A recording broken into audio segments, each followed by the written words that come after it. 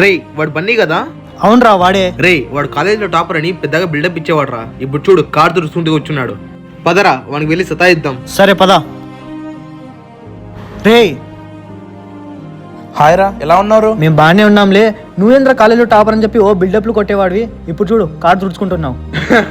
అది కాదురా. కాలేజీలో మా పక్కన వచ్చి కూర్చోరా అంటే చదువుకోవాలా అంటాంటివి. ఇప్పుడు చూడు. ఒకప్పుడు నువ్వు బాగా చదువుతా అంటే ఒక మంచి స్టేజ్లో ఉంటావు అనుకున్నా, కానీ ఈ స్టేజ్లో ఉంటావు అనుకోలేదురా. రే ఒక్కటి చెప్తా వినండి. ఆ రోజు ఆ చదివే లేకపోయింటే ఈరోజు ఈ స్టేజ్లో ఉండేవాన్నే కాదురా. ఈ కారు నాదే, ఈ ఇండ్లు కూడా నాదేరా. రే ఎప్పటికీ ఒకటి గుర్తుపెట్టుకోనరా, మనం ఎంత ఎదిగినా ఒదిగి ఉండాలి. మనం ఏ స్టేజ్ నుంచి వచ్చామనేది అస్సలు మర్చిపోకూడదు.